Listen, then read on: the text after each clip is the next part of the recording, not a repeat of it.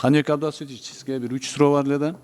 Биринчиси мына сиз азыр университеттен келдиңиз, бирок мектеп проблемаларында тааныш болуп, өзүңүз мектеп ачып, жакшы мектептерди алдыга жылдырып атпайсызбы? Анан мектептеги мугалимдердин эң чоң көйгөйлөрүнүн бири өтө көп убактыбыз документке, кагаз жүзүнө кетет дейт да. Мына ушуну бизди бошотуп берсеңер, биз балдарды тарбия билим жагы эмес эле кагаз толтуруп, баягы документке убакыт көп кетип калат экен да. Анан акыркы убакта Гүлмира Каримованын маалында баягы электрондук дневник деген башталды эле. Электрондук дневник, электрондук журнал дегенде летра киргизип берсеңер, мугалимдердин негизги иши ал документ эмес, балага билим берип, тарбия берүү да өзүчү. Ушуга кандай оюңуз?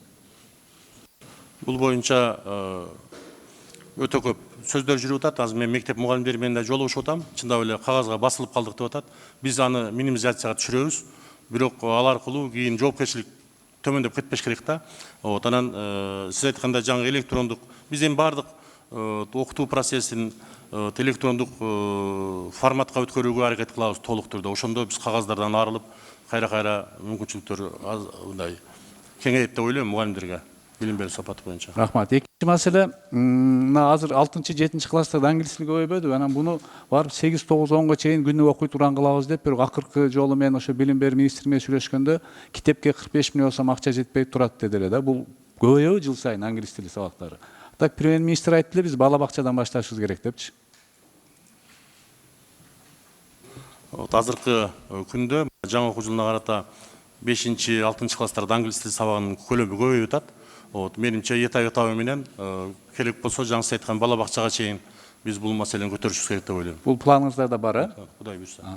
Үчүнчү маселе, мына кече дагы айттык эле, балдарга, жогорку класстын окуучуларына балдарга сабакты тандап окутуу.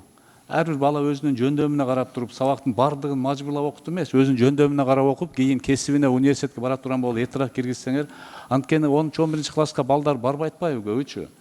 Анткени кызыксыз болуп атат. Анан өзүнүн тандаган сабагына кимдир бирөө техникалык жака, кимдир бирөө гуманитардык жака барат, бирок бош убагында тилге, башка компьютерге өзүнүн убактын бөлсө жакшы болот дейт. Ушуга кандай болот? Качан өтөсүздөр? Азыр ошол тандоо багыттары боюнча лицей, гимназияларда жүрүп атат.